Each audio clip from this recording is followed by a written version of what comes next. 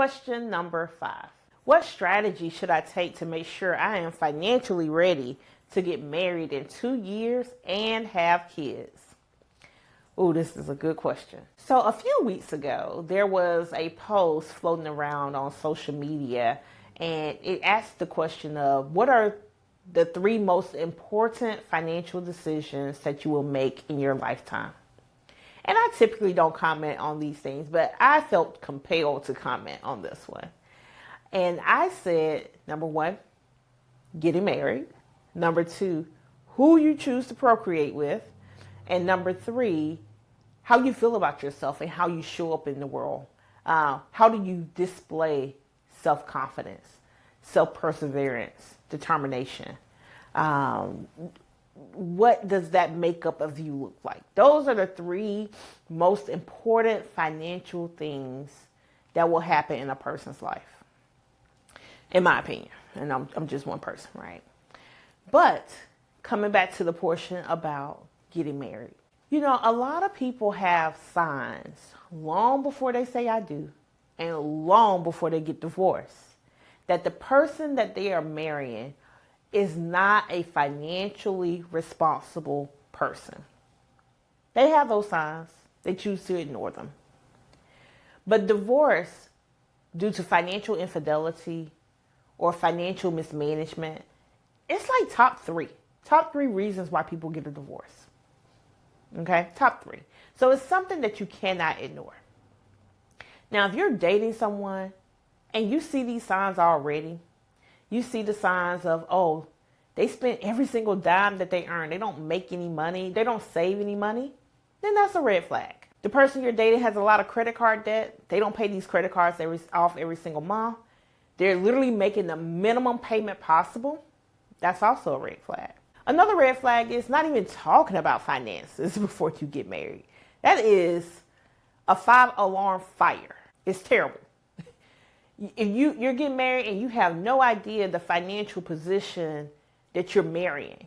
I know a lot of people like to marry for love, but at the end of the day, marriage is a contract. And if you don't think it is, ask the people who get divorced and lose half of their assets. So it's all fine, well, and dandy to get married because you love someone and you want to spend the rest of your life with them.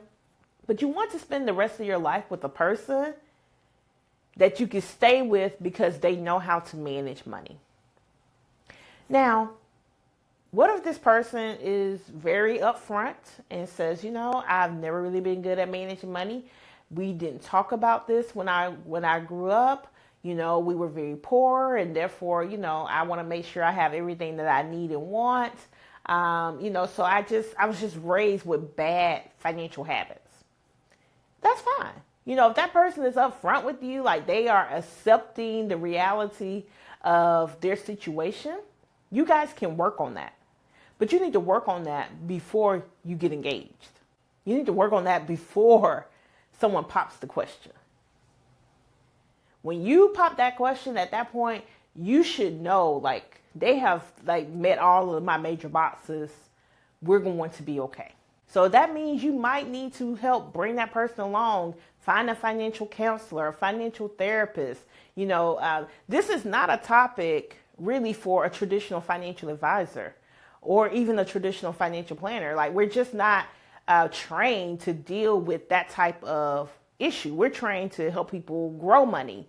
We're not necessarily trained to help people take better care of their everyday financials because, believe it or not, it's a lot of psychology. And that's why, you know, personal finance is more behavioral in nature. I can tell someone to the blue in their face, you make X amount of dollars, your bills are this, you have $2,000 left over at the end of the month, so you should be saving $1,500 a month to grow your wealth to $1 million in 20 years or whatever the case may be, right? But behaviorally, they may do something different that makes no sense whatsoever. And that person needs to work with a counselor or a therapist to figure out what those issues are so they can overcome them. You do not propose to a person who has those type of issues that still need to be worked out. Now, there are some couples who are like, hey, you know, I'm just not good with money. I'm just going to let my spouse like pay all the bills and do all the things. I do not recommend that. Don't recommend it at all. I'm not saying that you should not trust your spouse, but I cannot tell you the number of horror stories I have heard from people who have allowed their spouse to just maintain control of the money. You know, as long as money was in that account to pay the bills and do, other small other things, they were fine. But guess what? When that spouse passed away, they were in shambles. They didn't know where anything was. They didn't know how much money, was put away for rainy days or anything. I mean, terrible. Sometimes that person just ups and leaves and takes the money.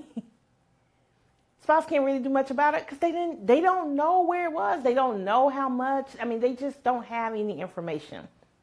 So while, yes, it may seem great that one person can maintain their household financially, I still think once a month, once a quarter, you should really sit down and have that conversation with someone or with your significant other to discuss your household finances, just to make sure you're on the same page, make sure you're saving money, you're investing money, but you should not be in the dark about your finances. No one should in that house.